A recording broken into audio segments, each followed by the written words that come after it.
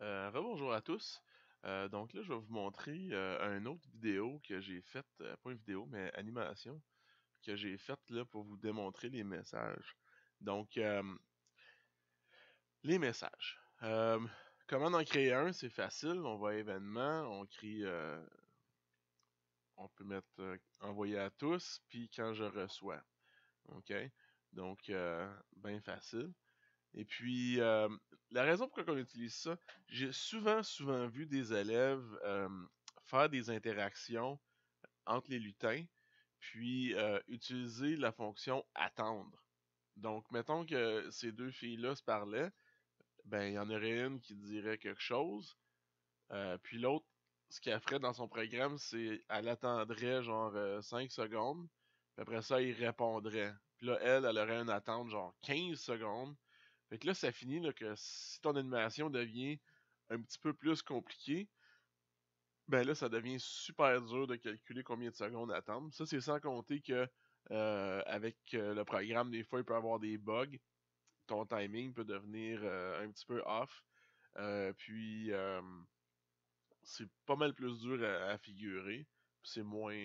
Ça va pas dans le sens de la programmation de faire ça comme ça. Fait que là, on voit ici, on a notre première animation de base. Euh, Conditions de base habituelles, là, dans ce cas ici, costume, orientation, position de départ, cachet, et puis etc. Et puis on envoie un message à Maya, qui elle a des conditions de départ aussi. Euh, Quand je reçois un message, quand je reçois une autre affaire. Puis là, t'as lui aussi qui est là. Donc, on va partir ça pour le fun, cette animation, ça. Cette animation-là.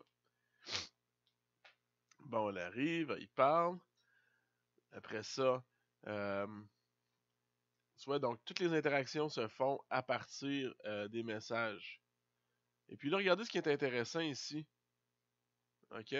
J'ai deux lutins qui ont apparu en même temps avec un seul message. Donc, Alex, ici, quand elle a envoyé à tous Rory, ben, t'as Rory qui est là, quand je reçois Rory, fait quelque chose, mais t'as aussi le bol de chip qui, euh, qui agit avec le même message. OK? Et puis, si vous vous demandez comment j'ai fait pour faire avancer le bol de chips puis Rory en même temps, c'est assez simple. Si on va dans costume, vous voyez ici le centrage de Rory où je l'ai mis en haut de sa main.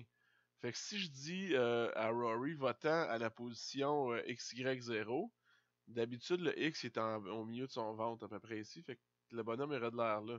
Mais si je ferais ça en ce moment, ça serait le haut de sa main qui serait à zéro. Donc là, ce que j'ai fait, c'est que dans mon bol de chips, j'y ai dit euh, va au zéro en X puis au zéro en Y de Rory. C'est pour ça que c'était facile. Donc quand je reçois Rory, je me montre, puis simplement je vais à la position du X. Puis là, ils vont être ensemble comme ça. Et puis à la fin, dans ma série d'animation absurde, tous les trois lutins vont dire yeah en même temps.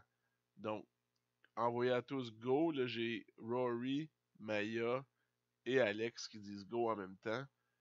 Donc, on a un message, trois actions. Donc, c'est un autre exemple de comment on peut utiliser les messages avec Scratch.